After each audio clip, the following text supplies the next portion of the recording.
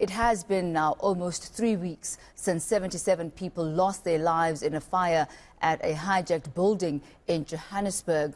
Now, a group of 117 academics from the University of Johannesburg as well as Wits University want the city to compensate the families of the victims. The academics, represented by the Center for Sociological Research and Practice, say that the municipality is liable for this tragedy. They accuse the city of failing to maintain publicly owned buildings and to ensure the security of all the workers as well as the inhabitants. For more on this, I'm joined by the director at the centre, Dr. Trevor Ngwane. Very good morning to you, Doctor, and thank you so much for your time this morning. Talk to us about what elicited a response and action from academics in the area. Thank you very much, Tammy, for having me. Yes, I'm just one of the 117 academics. So my colleagues and myself were very angry and frustrated at what happened at 80 Albert Street, where 77 people, maybe more, died a horrific death. They were burnt to death. So we don't want to see this happening in our city. We don't want to see this happening in our world. So we're calling upon the officials, the political leaders, and the general community to take vigorous steps to stop this from ever happening again. Talk to us about the compensation that you are calling to be made to the families of those who are affected. What type of compensation do you have in mind? Well, remember, people who live in the inner city, certainly the majority of people who died are poor people, are working class people. So, they must, their relatives who are surviving will have a lot of economic problems to address, healthcare issues, childcare, etc., etc. So also, because the city, exercise what I can call a criminal dereliction of duty. So compensation must be paid, both in kind and money, so that the lives of those who died and those who survived them, can be eased a bit and become slightly better. Dr. Trevor, you have sent this letter out to the municipality. What if you don't get the reaction that you hope to get? I mean, as you said here, that they are guilty, in your view, of a criminal dereliction of duty that squarely puts the blame on their doorstep. Should you not get the reaction that you want, what would be your next step? Well, towards the end of our statement, we call upon civil society, we call upon the South African community, also beyond, to put pressure, on government leaders, on state officials to do what is right. For example, there are social movements, there are organizations such as the Socio-Economic Rights Institute, which have been working with the victims. Those people must be supported and defended from attacks by the officials.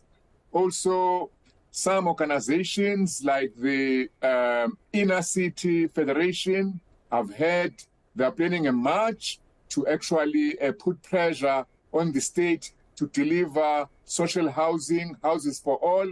I think it's those efforts which we as academics are going to support and promote.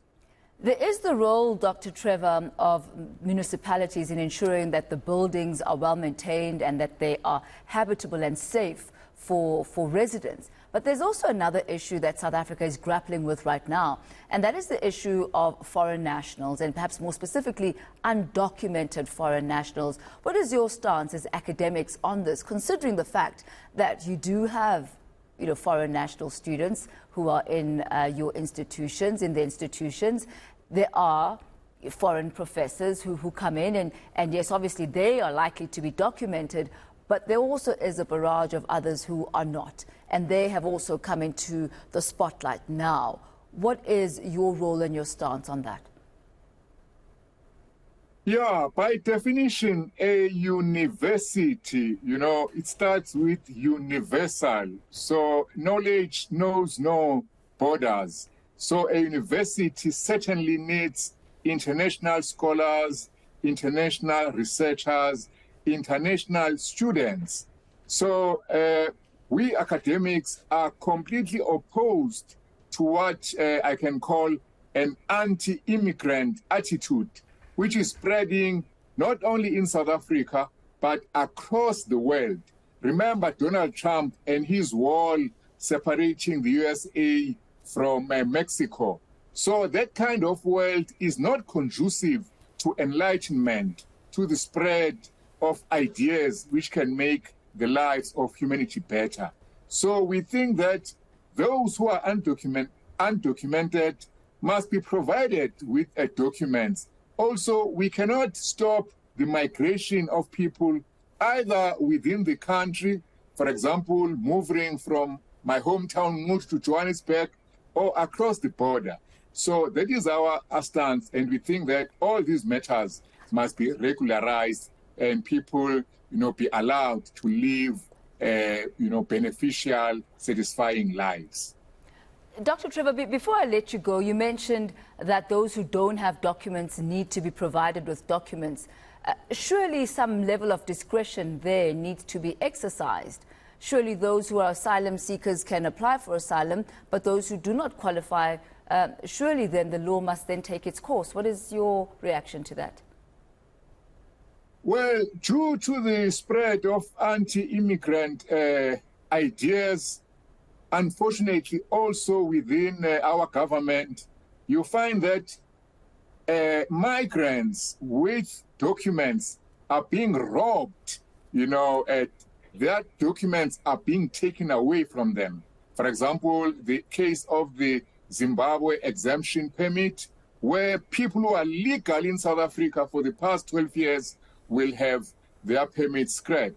So I think that we need a more welcoming, more open-minded, a more cosmopolitan approach, to migration than the present Trump-like ideas, which is against the foreign other. This is not acceptable. Thank you so much for your time and your inputs this morning, Doctor. That was Dr. Trevor Ngwane there from the Center for Sociological Research and Practice, spoken like a true academic when he says an anti-immigrant attitude is not conducive to enlightenment. And there you've seen 117 academics standing up for those who have been marginalized in the city center.